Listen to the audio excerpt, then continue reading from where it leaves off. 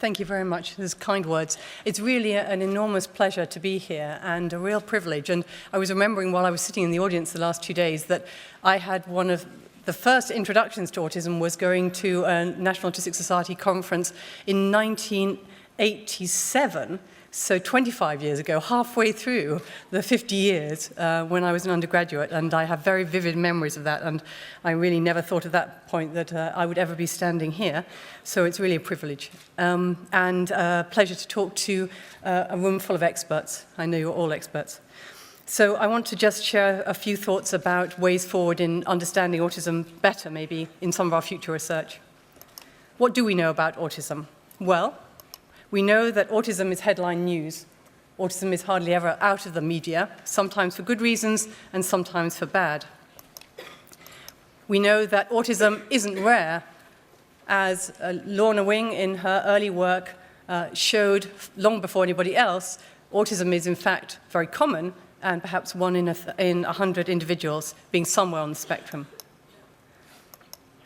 We know that autism is a neurodevelopmental condition. We know that there must be differences in the brain. There are differences almost certainly in the genes in many cases, but we don't have a biomarker, as Gilly Baird already said. Instead, autism is diagnosed behaviorally, as you all very well know, in terms of this triad of social and communication difficulties, of rigid and repetitive behavior. Importantly, autism has a very variable outcome, and you will all know individuals who are managing to make happy and fulfilled lives with autism, and other individuals who are having a much harder time. We know that expert education can make a difference, and Michelle Dawson gave us a stern warning about the need for a really good evidence base for particular interventions. But there has been a huge improvement over the last 15 or 20 years in the outcomes for many children with autism, and a lot of that is to do with better recognition and better education. And perhaps most importantly, on the autism spectrum, everyone is different. So again, as Lorna Wing has said, once you've met one person with autism, you've met one person with autism. And this is an enormous challenge to research. The heterogeneity within the spectrum is an enormous challenge. And the feeling sometimes that we're mixing apples with oranges, or one study has more apples and another study has more oranges in its sample. So where do we go from here? Where to next? And I want to offer just 5 pointers, 5 ideas about some of the important directions and thoughts for future research. So autism is a triad of impairments. But should we think of autism as a monolith, or maybe as a composite, a combination of different features that come together in a particular individual?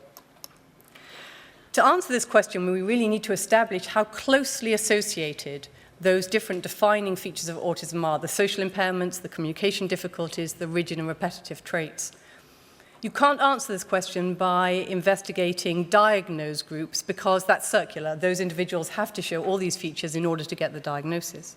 And so to try and find out how closely bound the aspects of the triad are, we interrogated a population sample, and we worked in particular with the twins' early development study run by Robert Plomin at the Institute of Psychiatry.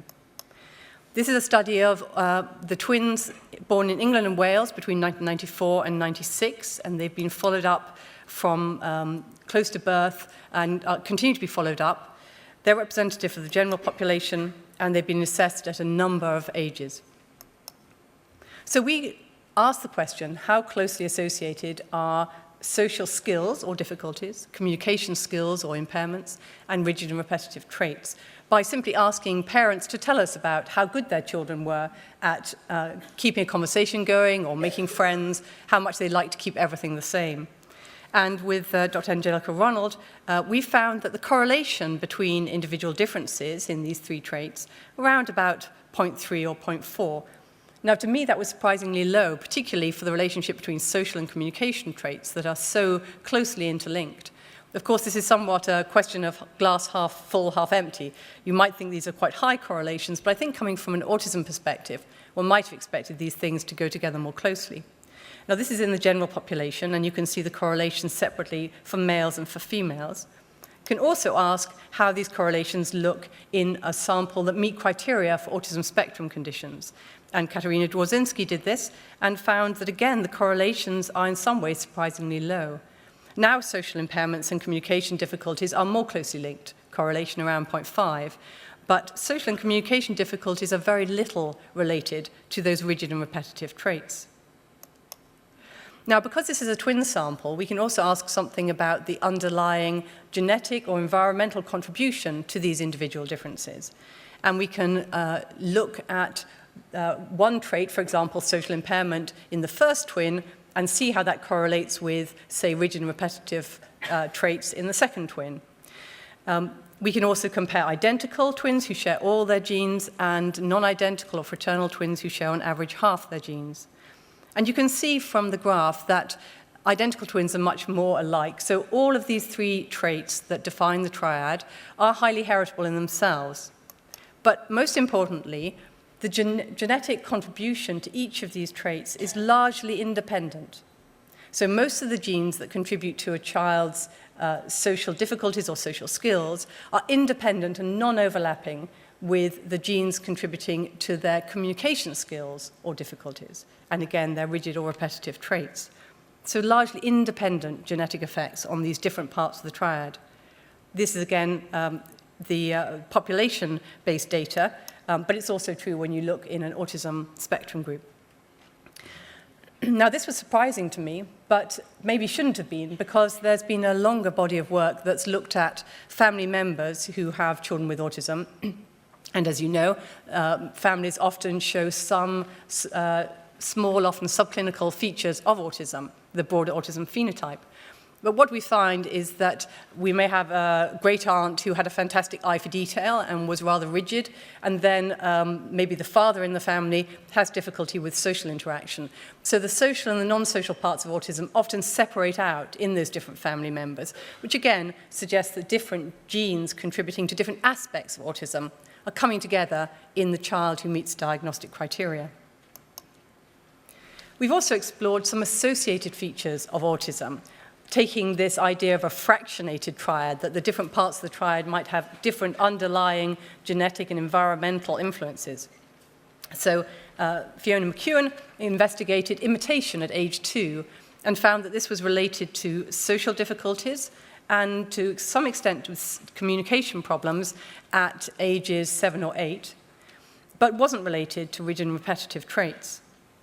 And Victoria Hallett found that anxiety was strongly related to communication impairments, more so than with social impairments, which surprised us, and somewhat related to rigid and repetitive traits. And I'm going to say something about special abilities later on.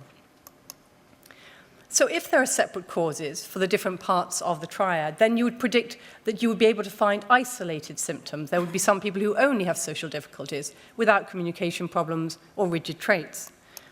And we looked again in this population sample, and that's indeed the case. So we defined for this purpose individuals who were among the worst performing, in the top 5% for their impairments in social skills or communication or rigid traits. And we looked at how these groups overlapped. And we found that there was greater than chance overlap between these three areas. So there is some clustering, but still, by far the largest groups are those who show isolated difficulties. So it's very possible and indeed fairly common for a child just to have, say, communication problems without social or rigid traits. And around 10% of the children had severe difficulties in just one of these areas. That's talking at the behavioral level and at the genetic level, but I'm most interested in understanding how people with autism see and process the world. That's the psychological or the cognitive level. And quite independently, over a number of years, I've come to the conclusion that there maybe is no one single explanation for all the very different features that a child or adult with autism can show. I think we, as scientists, have a desire for parsimony, for one big story that's going to explain everything. But it seems to me that in the case of autism, that doesn't seem to have worked. And instead, we have rather good theories for different parts of autism. So on the one hand, difficulties with executive functions, with planning and monitoring and organizing behavior, explain some of the rigid and repetitive behavior in autism, some of the difficulties that even very high-functioning, highly intelligent individuals have in living their lives independently. The social and communication difficulties, in large part, reflect a difficulty that many individuals have in knowing what others are thinking, or theory of mind. And some of the skills and assets in autism can be understood in terms of a special cognitive style, which I'll talk more about later. Now, these three different aspects of autism, again, seem to be somewhat distinct. So if autism is a composite of cognitive features or different aspects contributing, maybe central coherence, theory of mind, and executive functions, one might predict that you will find some of these difficulties in other groups. So importantly, no one of these aspects needs to be unique to autism. So I think the autism field went through a period of being very excited about executive function difficulties and then became disenchanted because the reasoning went that since individuals with ADHD, for example, attention deficit, also have executive function problems but don't have social difficulties, then executive functions can't explain autism. But of course, executive function difficulties on their own may not be sufficient to cause autism, but in combination with these other aspects may be a very, very important part of autism. And so thinking about autism as a composite allows us to ask again, not whether a particular feature is unique to autism, but whether it's very important to autism. And that allows us perhaps to start to make important links and comparisons between different clinical groups and to learn from what's been discovered in the case of other types of clinical groups that may share some, but not all, of the components of autism. So to take an example, in ADHD, we know there's executive dysfunction, but we've also shown in our work that detail focus, that eye for detail that's so characteristic of autism, is not part and parcel of ADHD. And you can see this in something as simple as a drawing task. Here you can see a drawing progressing as a young man with autism draws a house. He starts with the panes of glass and the window rather than sketching out the whole house. And even though his picture at the end is beautifully coherent, you can see he has a detail-focused style. And this was characteristic of boys with autism, but not boys with ADHD. Another drawing task allows us to assess planning, one of those executive functions. So here we ask the child to draw a snowman, and then we say, now can you draw me a snowman with teeth? Now, drawing a snowman with teeth means you have to modify your drawing, you have to plan ahead. Here's an example of good planning, where someone's left enough room to draw in the teeth. But you can also sometimes see bad planning or failure to plan. And difficulty planning is characteristic both of boys with autism and boys with ADHD. And most importantly, difficulties planning are not correlated with detail focus. So those two different aspects of autism seem to be somewhat unrelated. So executive functions, difficulties may be shared with some other groups, including ADHD. We also have found recently that weak central coherence may be shared with some other groups, and colleagues at the Institute of Psychiatry who work on eating disorders have very interestingly been trying out our weak coherence tasks and finding that women with anorexia, who don't have any other signs of autism, show weak coherence, extremely good at the embedded figures test and other tests of eye for detail. And this has been the beginning for a particular sort of treatment in that group. And theory of mind, which we think of as so characteristic a difficulty in autism, we also find in individuals who have callosal agenesis, that is, the corpus callosum connecting the two halves of the brain hasn't formed in these individuals. And these individuals are extremely interesting, and many do very, very well, but a large number of them have difficulties in theory of mind, very much like autism, but they don't have detail focus or rigid and repetitive behavior. So again, these different parts of autism can be pulled apart and appear in isolation. So the implications of this fractionated triad approach is that maybe we should abandon the search for autism as a whole, looking for the genes for autism, and maybe instead we should look for the genes that influence individual differences in social skill or social difficulty, contributions to parts of the triad. As I've mentioned, no single factor has to be specific to autism, and overlap with other diagnoses would be predicted. Also, heterogeneity would be expected at every level. If your ability in these three areas and your behavioral difficulties in the 3 parts of the triad can vary completely independently. You're going to get every combination you can, so you're going to get mass heterogeneity. And single deficits are common, and they deserve study. We don't know what these young people experience, what they need. They're certainly not probably fitting any current diagnostic category. My second signpost is to suggest to you, remind you, or argue that autism is not just a deficit, but a different cognitive style. And many of you will be familiar with the idea of weak center coherence or detail focus. And again, as has been said many times in this conference, this really owes much to Lorna Wing. It was Lorna Wing who told me about having tested a young man with autism, and after asking him to name the various little objects being used in the assessment, the toy doll and bed and quilt, asking him, what's this, pointing to the little pillow, and him saying, it's a piece of ravioli. And what was very powerful to me in my thinking, and influential in my thinking, was that Lorna said, when she looked again at the pillow, it did look exactly like a piece of ravioli. So it wasn't that the young man was misperceiving. If anything, his perception was more clear, but he could see that item in isolation, uninfluenced by the context. And it's that idea of an eye for detail that can ignore context and sometimes lead to superior performance that has been so intriguing to me. And the NAS a while ago had a lovely poster that read, when a person with autism walks into a room, the first thing they see is a pillow with a coffee stain shaped like Africa, a train ticket sticking out of a magazine, 25 floorboards, a remote control, a paperclip on the mantelpiece, a marble under the chair, a crack in the ceiling, and it goes on. And then at the bottom it says, so it's hardly surprising they ignore you completely. So the importance of the idea of cognitive style was that you might be able to explain assets, why people with autism, for example, are so good at spotting the simple figure within the complex figure in embedded figures tasks, why they might see changes in the environment and spot differences that we consider minor, but they may find blindingly obvious and often, of course, extremely distressing.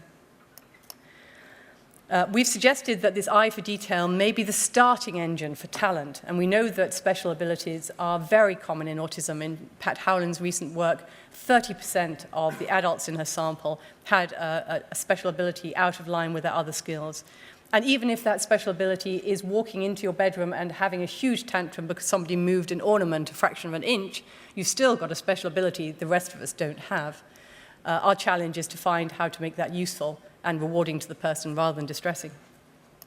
So Pedro Vital looked in the same TED sample, the twin sample, and asked about special abilities, asked parents whether their children were unusually good at something, and also asked about their autistic-like traits.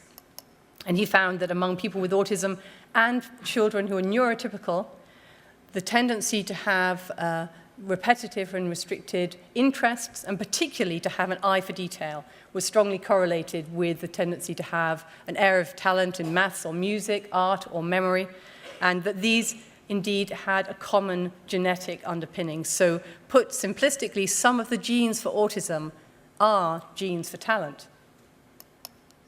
We also think that the eye for detail can be problematic in some situations, and we're just beginning investigations of sensory difficulties in autism in terms of context. And this is because we know that in typically developing people, your expectations modulate your experience of the sensory environment. So if you know the punch is coming, it feels different. If you think of a more everyday example, if you sit down to a plate of food and you have what looks like some mashed potato on your plate, and you put it in your mouth and you find out it's ice cream, even if you like ice cream, that's going to be a shock and probably an unpleasant shock. Your expectations help you to cope with different sensory stimuli and modulate your experience of sensory stimuli. And so Stephanie Litz, working with me, devised a very nice and very simple way to set up a context and see how children with autism respond to sensory stimuli. And she made this accessible to lower functioning children. So in one of the experiments, the child would be given a very simple context, something like Sarah took her coat from the cupboard. And then the child's asked to put their hand into a box, opaque, they can't see what's inside the box, and they feel something. And in one condition, they might feel something that's congruent, they might feel fabric. And in the other condition, they might feel something that's incongruent with the context. They might feel dry leaves. And we can ask the child how much you like the sensation, how intense is it, but more importantly, we can time how long the child chooses to keep their hand in the box, experiencing that sensation, or chooses to continue to smell something or to listen to something on a headphone. And through this, we can look at what difference it makes to have no context, to have an incongruent context, or have a context that helps you to expect the stimulus. And what we found is that people with autism are less affected by context, are using context less compared with typically developing children. So you can think about these two little boys, one of whom is playing in the cupboard, but most interested in what his mother or father thinks about what he's doing, and the other little boy who's most interested in arranging things exactly as he wants them to be. They're shaping their learning environment from birth onwards. This means that there are downstream effects of mind reading, and there are downstream effects of mind blindness or difficulties in theory of mind that are typical to children with autism. And these include problems in reading own mind, that some children with autism don't know whether they know something or are merely guessing, don't know whether a reflex was an intended action or an accident, and can't tell you how sure they are about something. These include influences on measured IQ. Michelle Dawson's done some very nice work on this, and we've also shown that children with autism often do much better on certain tasks, measuring speed of processing, say, or core intelligence than you would expect from regular IQ assessments, because most IQ assessments, like the Wechsler intelligence scales, they measure what you've learned and what you've learned to do, and we learn things largely through other people. The concrete example of this I always think of is a young man I know who, in a shared facility, somebody suggested to him he might like to use some deodorant because he got very hot and sweaty. And the next day, after he'd been out and bought some deodorant, he came downstairs and he'd sprayed it all over his face. Nobody teaches you where to spray deodorant. They don't teach that in school. We just absorb that information from being members of a herd, and we learn from each other. And this young man, like most people with autism, wasn't learning things just through social osmosis, just absorbing it from people around him. And language learning, of course, too, is another very good example of where we absolutely rely on the intuitive ability to tune into other people's minds, to know what the other person is trying to say. Now, I should say, of course, that social insight also has costs. So just as you know that if you walk down the street and there's a crowd of people pointing up at something, you can't really resist looking up there too. We are members of a herd, all neurotypicals are. And that makes us, in some ways, blinkered and blindfolded. And this cartoon that says, has maybe a panel of high court judges saying, well, heck, if all you smart cookers agree, who am I to argue? Actually illustrates a very important point about herd behavior that often causes neurotypicals to perform less well. Temple Grandin has the nice observation that if it had been left up to neurotypicals, we'd all still be sitting around in caves chattering and gossiping, and nobody would have gone out and actually invented the wheel. We've also found that adults on the autism spectrum who have developed some mind-reading ability later in life are more prone to depression than those who don't have that ability. So some degree of introspection and awareness of your difficulties can actually be a double-edged sword. I have two more signposts, and they're both quick. So autism into old age is part of taking development seriously. And if you haven't read the fantastic follow-up of Donald, who was Leo Kanner's case number 1 in his 1943 paper, please do look at this in the Atlantic magazine online, now age 77, and having a very happy and fulfilled life. And it reminds us how important it is to know what happens in later life in autism, and we really just don't know. We don't know what happens to physical health, we don't know what happens to mental health, and it's an absolute priority that we find out. And we also know very little about women on the autism spectrum. We've looked, again, in the TEDS population-based sample. This is, again, one of those questions you can't address by looking at diagnosed samples. So one of the questions about women is, we know that many more men than women are affected with autism. But we don't know how much of that sex ratio reflects biases in how we identify autism, either in the diagnostic criteria or the way that we apply those criteria. We're not going to find that out by looking at diagnosed samples for obvious reasons. So in the TED sample, we were able to look at individuals both in terms of whether they met diagnostic criteria for autism and in terms of their autistic-like traits. And what we found was that among girls, but not boys, there are very important differences between those who have high levels of autistic-like traits but don't reach diagnostic threshold and those who do meet diagnosis. And those who meet diagnosis are much more likely to have low IQ and also much more likely to have additional, for example, conduct problems. So the diagnosed and undiagnosed women differ in those respects. The diagnosed boys and undiagnosed boys don't differ.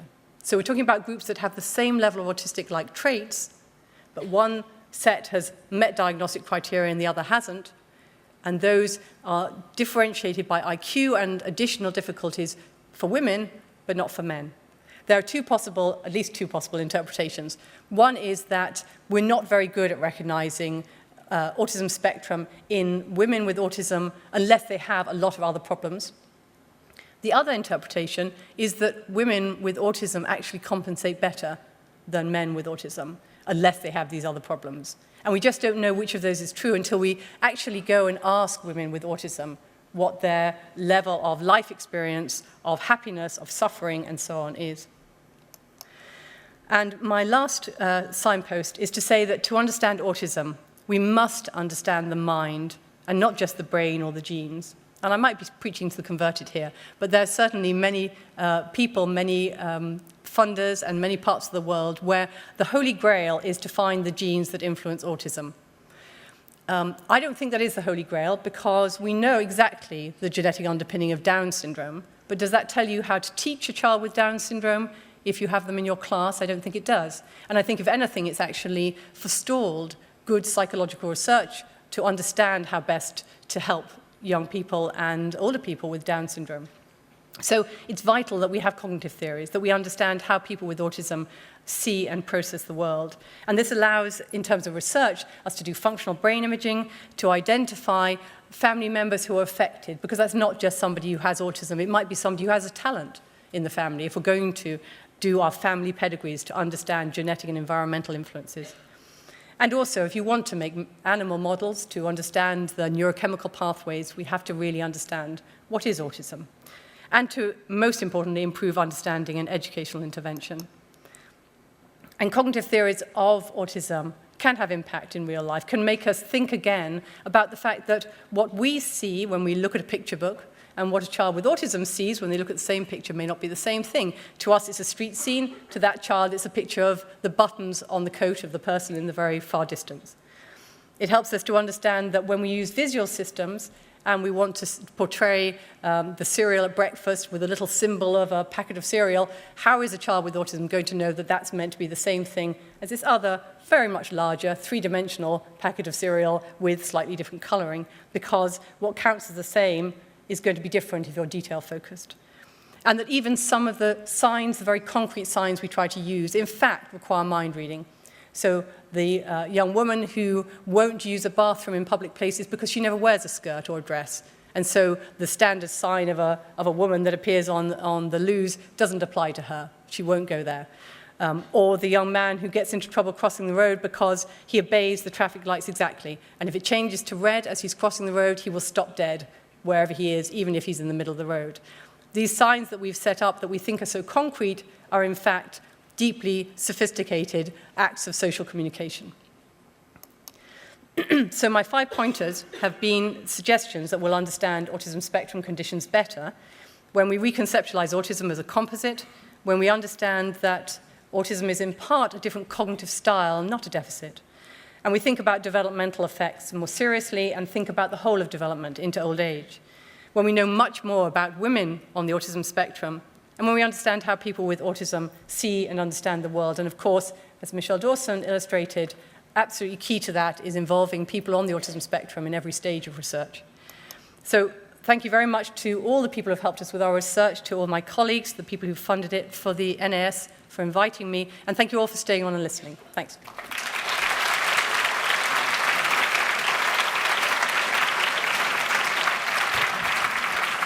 Thank you very much. We have some questions. I think I have one down here.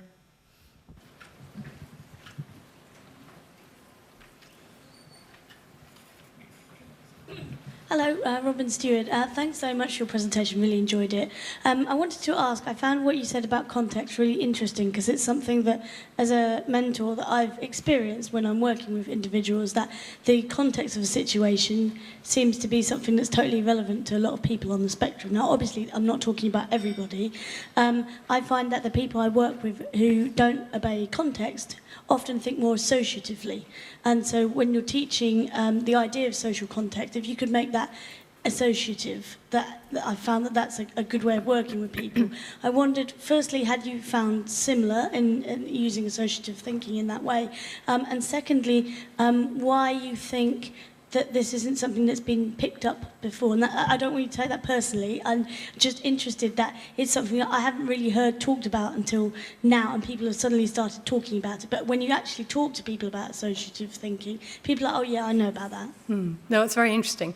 And I mean, there is some work, some older work, that has looked at some of these aspects of context or related things, and found, for example, that, of course, it may be some small detail in an environment that for the person with autism is the important context. And if that's not present, then it's not recognized as the same situation in which the learnt behavior is appropriate, for example. So I think it's something that is really relevant educationally, and we need to do more work on. Yeah.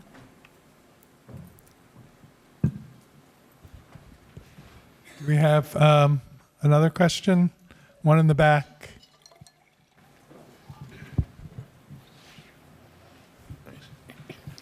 Yeah, just a quick comment. Firstly, on the genetic research, I mean, not only is it looking for the wrong thing, it's an incredible waste of research funding. But on your point about autistic women, I mean, both Canna and Asperger were looking at autistic males.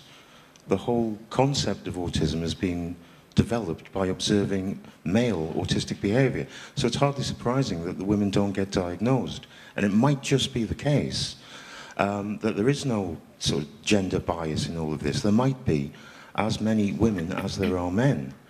And if that's even a possibility, I think we should be looking for these women, because in all likelihood, some of them will be in various forms of trouble. And we could do worse than start looking in the prison system, people detained under the Mental Health Act, people with various sorts of, women diagnosed with anxiety, eating disorders, various sorts of mental illness, in all likelihood in the sex industry. There's various, the homeless population, drug and alcohol problems. If we start looking, we're going to start finding them. And it will probably be of assistance to diagnose these women. Yeah, I think that's an important point. I mean, it's very likely that there is something of an unbalanced sex ratio, just because there is in almost every developmental disorder, and it seems that the developing male is more vulnerable to dyslexia, to ADHD, to almost everything. But at the same time, you're absolutely right that a lot of the women, we know a lot of the women who do come eventually for diagnosis have had a lot of misdiagnoses along the way, and an extremely difficult life. And so it is really important that we get better at recognizing autism in women, yes. Okay, one more, maybe.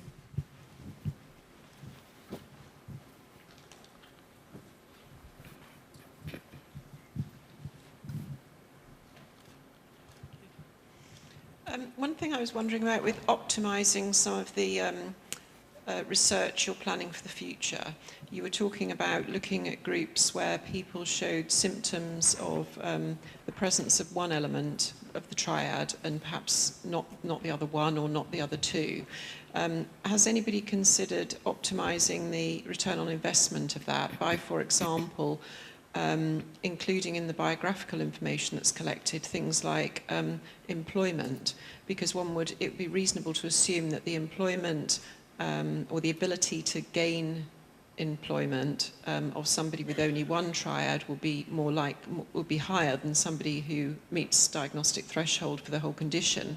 So if that biographical information was included within biographical information, it may be possible then to identify more potential employment opportunities for people who meet diagnostic threshold.